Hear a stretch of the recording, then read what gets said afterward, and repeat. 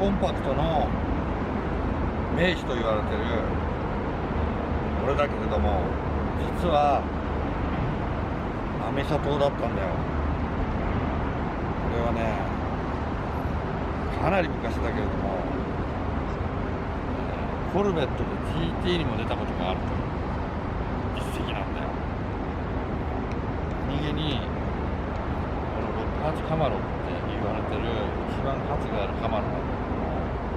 俺が若い頃は普通にバンバン走ってたんで、俺も昔乗ったことがあるのよ。どうしても思い出の車っていうことで手に入れたぜ。スピードは出ないけれども雰囲気を味わうにはめっちゃ最高の車だ。最近俺はアメリカがねブームなんだよ。YouTuber のアダム LZ とも仲良くなれたし、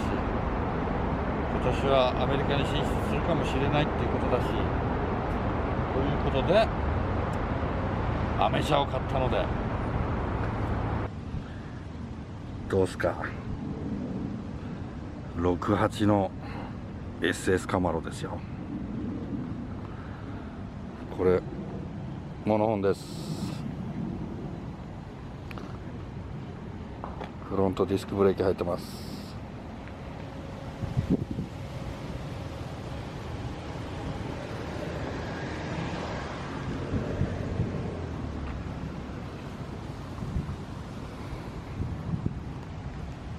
どうすか、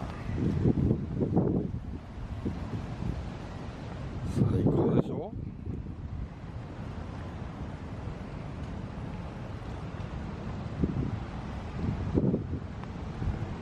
SS350 です。このエンジンはね、クレートエンジンっていう 5.7 リッター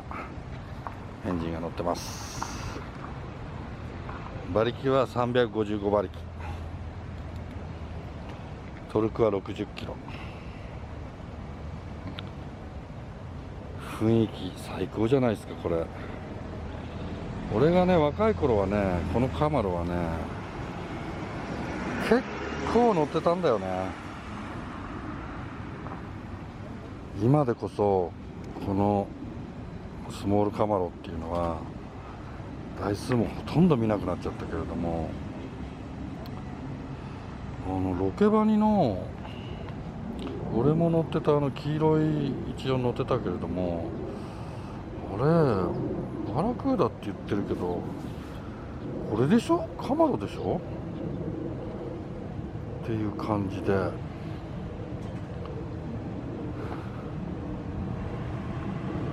こういう車を乗るのが大人のおしゃれっていうもんです。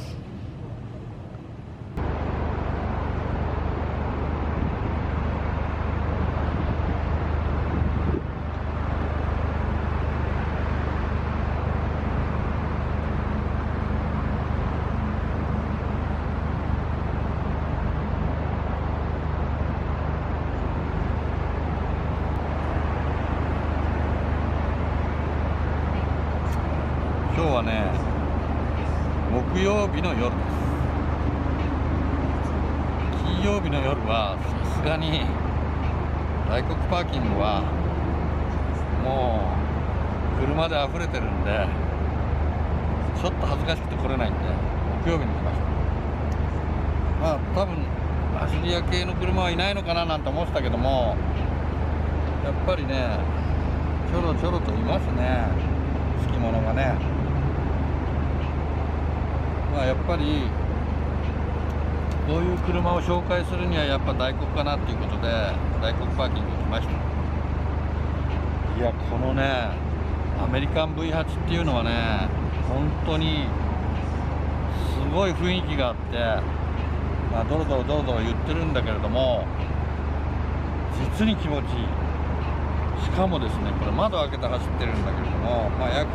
コンついてるけどもエアコン切って走ってるんだけどめっちゃ涼しいし、ドロドロ音が室内に入ってこないんだよね。やっぱり鉄板の厚みをすごく感じます。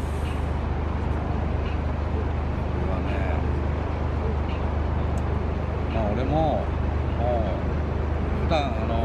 街中でスピード出したりするような年でもないので、スピード出すのはさっきとだけでいいので、こういう車で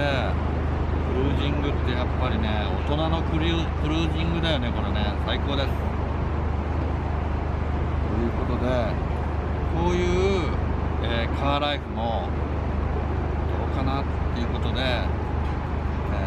もう一台古い車見つけたんだけども、どうしようか考えてます。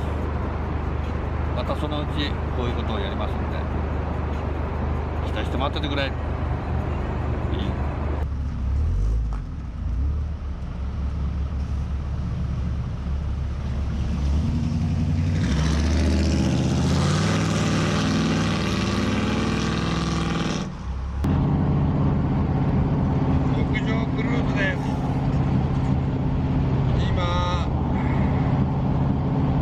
で60マイルだけど、多分80キロぐらい出てんのかな。いや、スピードを出さないで、外から入ってくる風がね、実に気持ちよくて、さっきも言ったけれども、鉄板の厚みのせいなのか、全く室内が床も熱くないし、音も中に入ってきません。やっぱこの頃の雨さっていうのはね、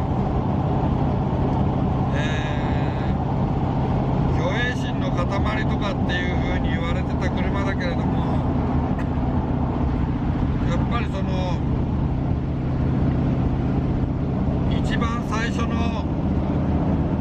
車王国のアメリカが作ったっていう車ですよね。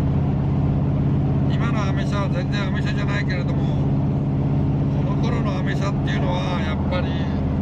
ザ・アメリカ、憧れのアメリカですね。ということで、こんなかっこいい車で80キロで流してるとね、優越感の塊に浸れます。ストレスとかもう全てを吹き飛ばしてくれるような気がして、気分最高です。